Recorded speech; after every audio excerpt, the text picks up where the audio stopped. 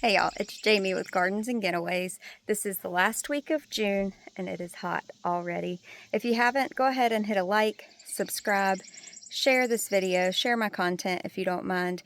Come along with me for the last week of June garden tour. We'll start off with these flowers that I've grown. Absolutely beautiful. You can see in here we've got some lilies, zinnias, marigolds, small knockout roses, and my dahlias are starting to come up. So I just wanted to make a quick bouquet.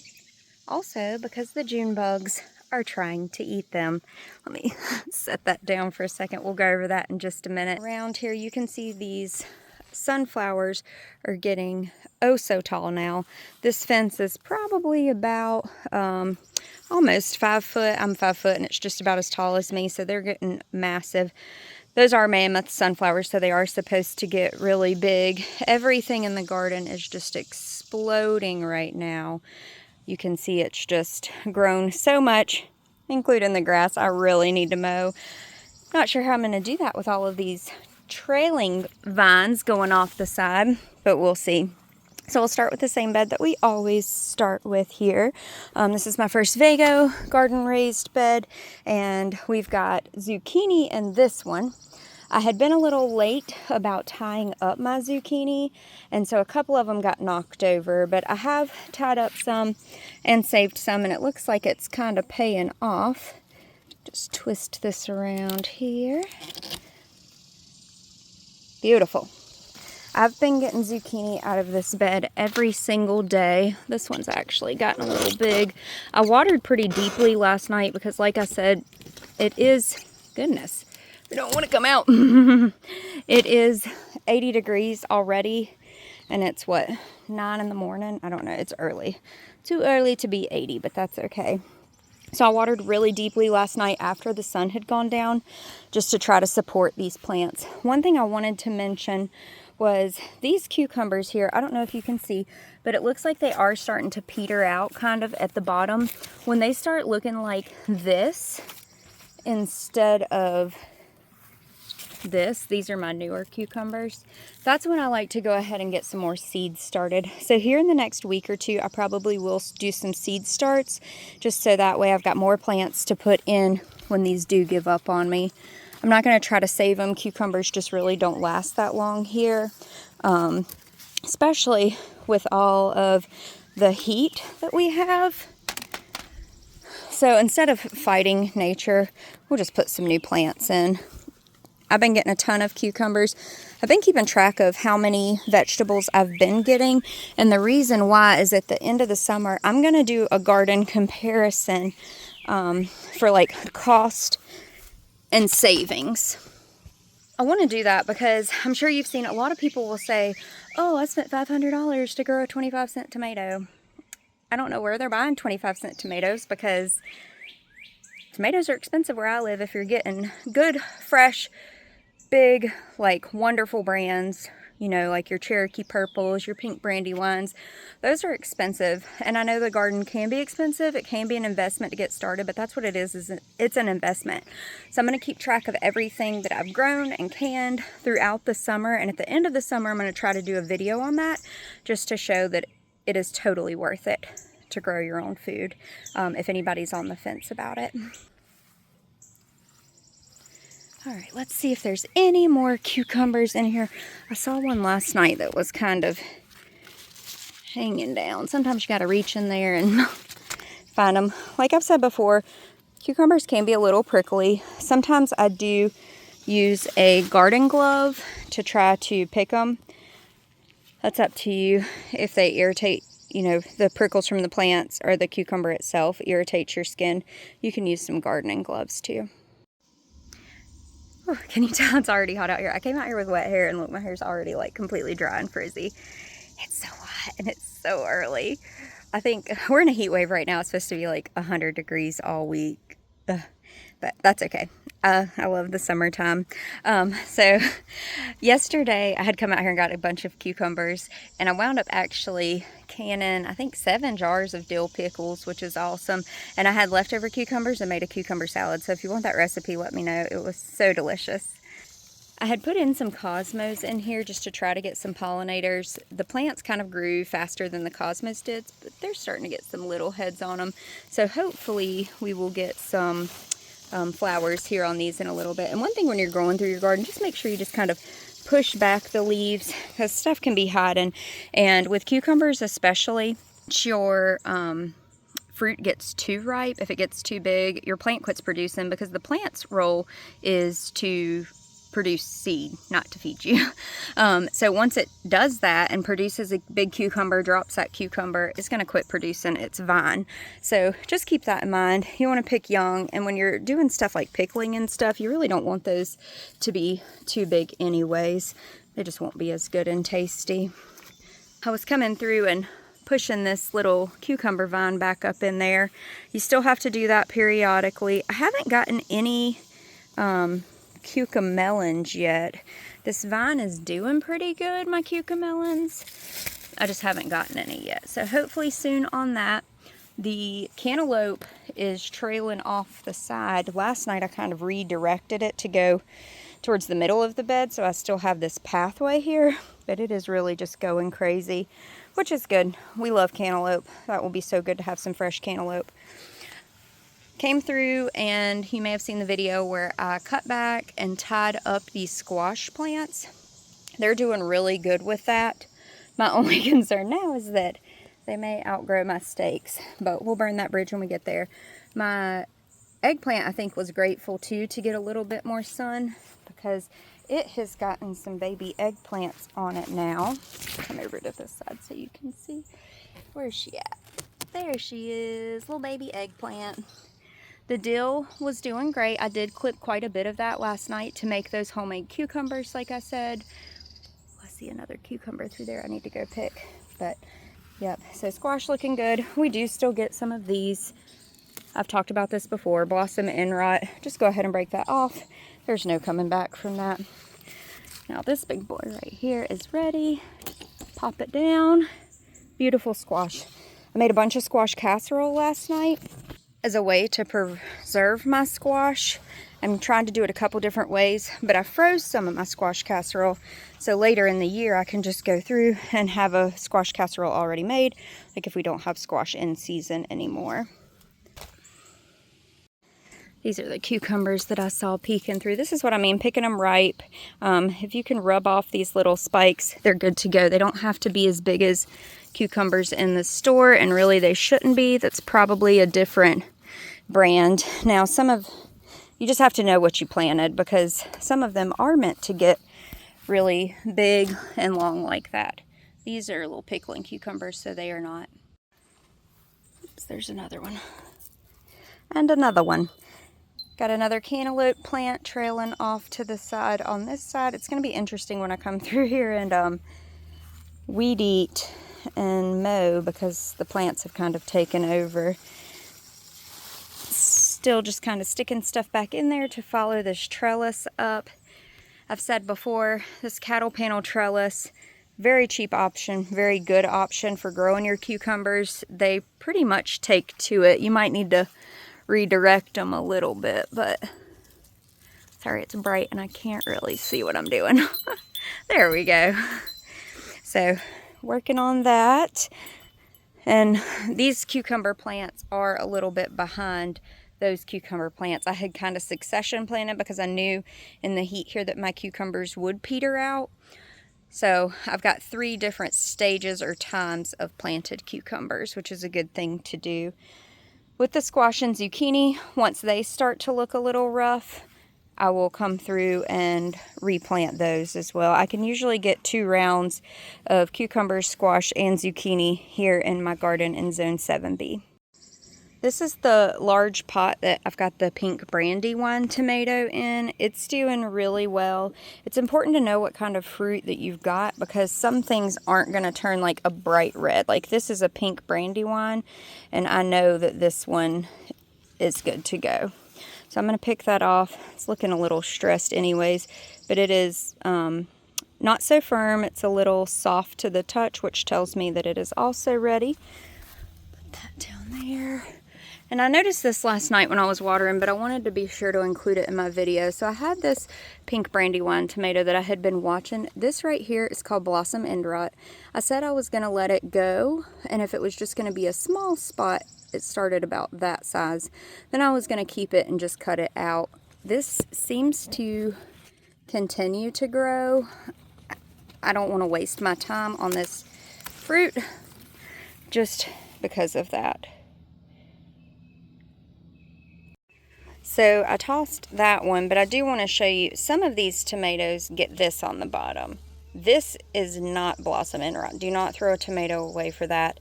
It's just the way they grow naturally. So this is okay. It's when you get that large black spot on the bottom that you need to watch. So you can see it on, this is okay. Down here in the bottom, I've got my French marigolds that are doing awesome. And so far, these are supposed to deter pests, and my tomatoes have all looked pretty good this year. So I think they're doing their job. I'm going to spin around once again, ignore the grass, need to mow.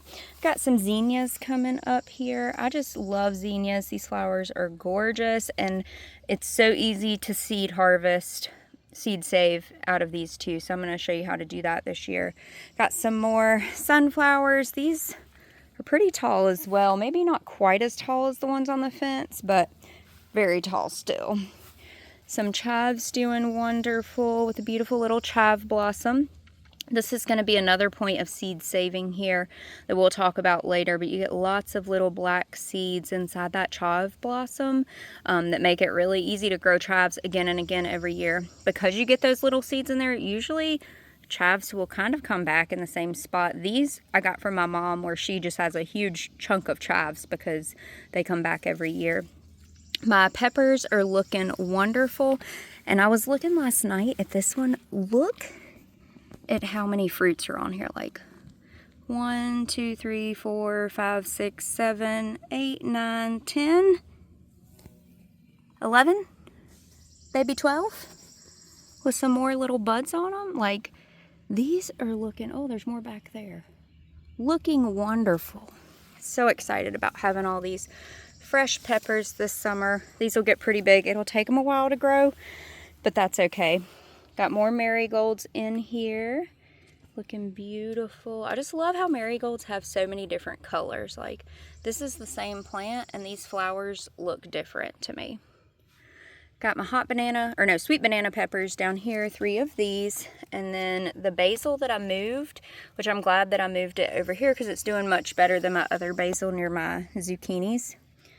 There's some more marigolds, little jalapeno peppers growing good down here. Lots of little fruits on those as well, which is exciting. So yeah, the pepper bed is, more little fruits back there. Pepper bed is really thriving, beside my non-aesthetic saved purple barrel that kind of holds my garden tools. And then we've got this tomato plant bush jungle, whatever you want to call it, going crazy. Another thing I wanted to show you on tomato plants, where it's been so hot, these are kind of exposed the way they're laying out. This right here, do you see how it's like white and hard? This is sun scald on these tomatoes, I'm pretty sure.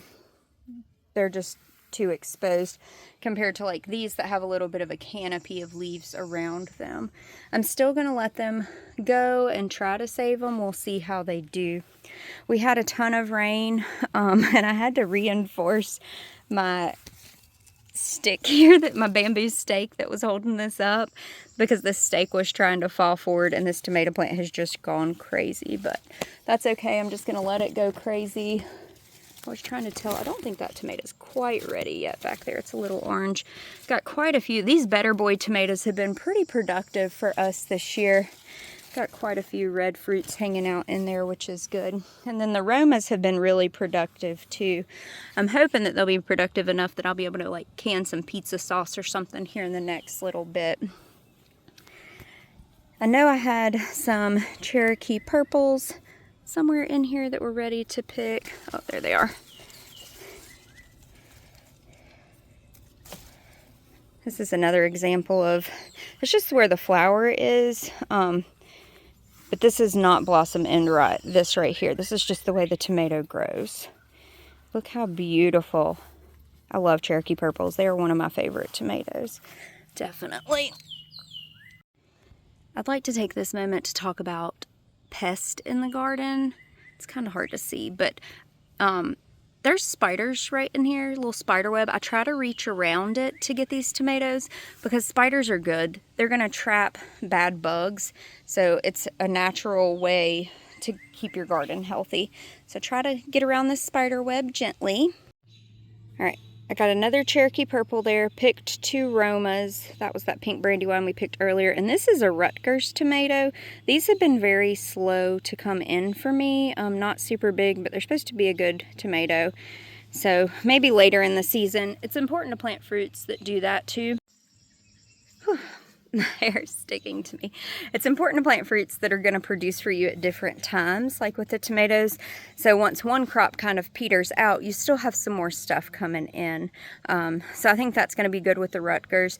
My Cherokee purples are doing great. My Romas are doing great. My Better Boys, they're going to be a little bit later. I've gotten a couple. And the Rutgers, that was the first one that I've picked, that I just picked. But it's nice to have kind of that succession, different times, different stuff coming in, not all at once, and then the garden is done. So just consider that with whatever varieties you're planting, and just look what grows good in your area. The basil with the tomatoes is doing great. Marigolds here are also doing wonderful. Got another basil. This marigold bush has just gone crazy. I guess it gets the most sun being right here on the corner. And I did have some chives tucked in there. They're just not getting enough sun, but that's okay. This bush,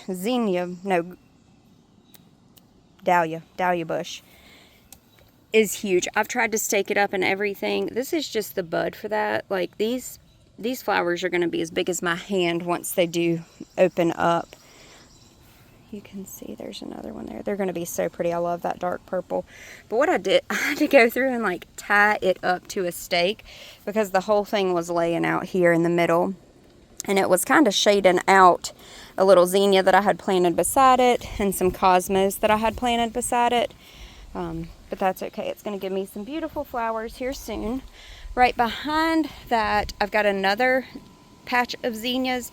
I don't know if you remember or not, but this is where I came through and I did zinnias kind of in a cross and then planted watermelons all around them. So that way the zinnias would attract some beneficial insects and also kind of shade these watermelon root systems to keep them nice and moist, because watermelons are heavy feeders. They like a lot of water, hence the name watermelon. But these zinnias are looking good, except they're not attracting beneficial pests right now. Do you see this leaf damage right here? This is all caused from these guys. These are called Japanese beetles or June bugs.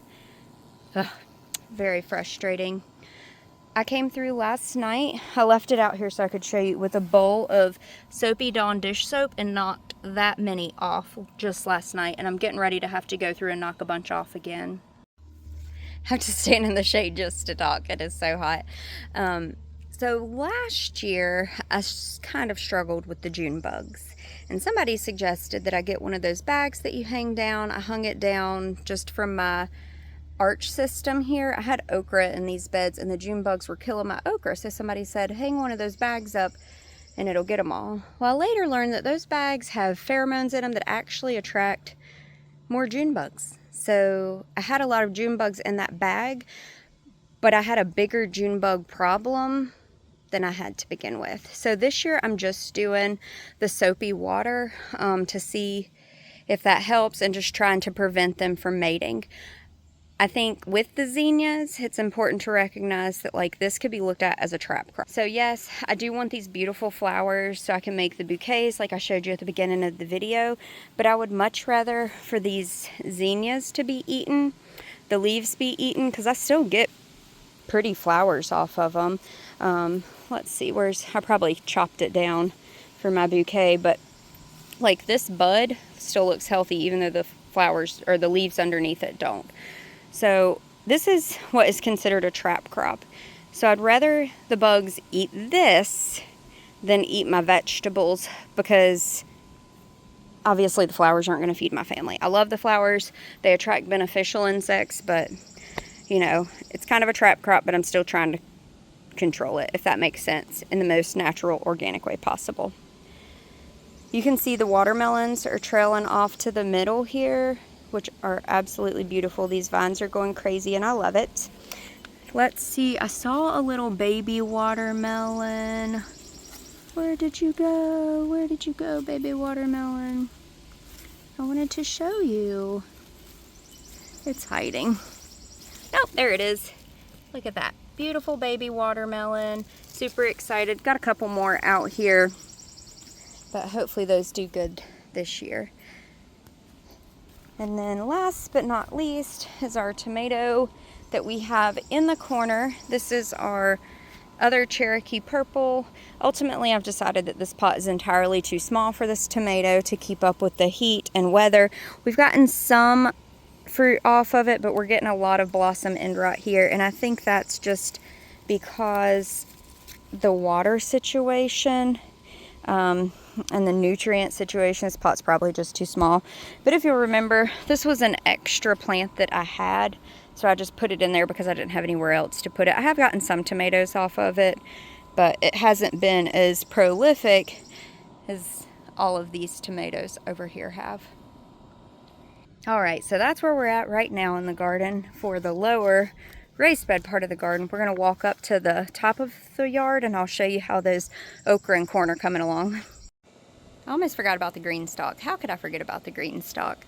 So green bean plants are looking good here. I've got quite a few beans coming off of them already.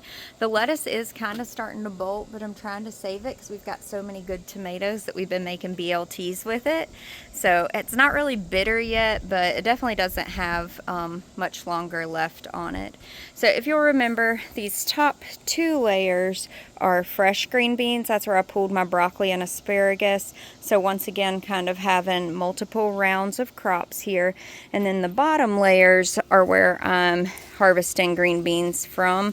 I have tried to do a lot better about watering the green stalk. I think that was a big problem that I was having before. But we are getting some good green bean harvest off of this now, which is wonderful. So I'm going to finish picking these and I'll show you in a little bit. So we got quite a few little green beans off of those bush bean plants. Beautiful nasturtium flower that's over there growing with them. That's today's harvest with the flowers. So yesterday I came up here and removed this cover for a little while and thinned the corn and just weeded around my okras as well. Everything's growing really good here. I'm actually thankful that we didn't have time to put a fence up yet, and we used this little netting just to kind of protect these plants. I was initially protecting them from the deer, but those June bugs tore up my okra last summer, so I think it's actually good that they're covered right now because the June bugs can't get to them to tear them up this year. So they're looking good so far, but we will be building a fence soon, especially because the corn's getting kind of tall to be under there. You need to eat some June bugs, ma'am. Yes, you. I'm talking to you. Can you please eat these June bugs? Thank you. And the fruit trees. So the fig is looking beautiful, putting on some wonderful leaves over here. The June bugs haven't messed with the fig. Now my 2 apple trees, that's a different story. Like, get out of there, go away. I should have brought my soapy water up here. So this apple, you may have remembered, came to me almost like a stick, but it has put on some wonderful green leaves. This is the Gala apple, and then the cross pollinator that I got to go with it was that pink lady, and you can see where the June bugs, they're killing her. They're killing her. Like up here, I may have to do some pesticides or something because these are baby trees and I really don't want to have spent all this money just to have them destroyed. That's the frustrating thing. You're always battling something. But it's okay. They'll bounce back. The good thing is the June bugs don't last forever. They're kind of short, but they can do a lot of damage in the little bit of time that they're here. So that's the garden. That's where we're at right now. It's hot, so I'm gonna take my little harvest and go inside. But thanks for coming along. Like, share, subscribe if you haven't already. If you'll go to my Gardens and Getaways channel too, I do gardens, but I also do getaways because I do like to get out, be on the lake, go to the beach. So I've got a couple videos of that out there as well if you like that kind of content. So thanks for coming. Thanks for listening, looking at the garden with me for this last week of June. I hope you have a wonderful and blessed week, and I will see you in July. Maybe sooner if I figure out a good way to kill these bugs. Might post that too. Take care.